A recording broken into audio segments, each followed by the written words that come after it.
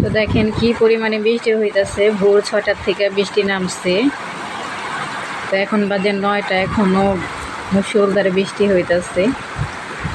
যাক, আল্লাহ তাআলার কাছে শুকরিয়া, রহমতের বৃষ্টি নামছে।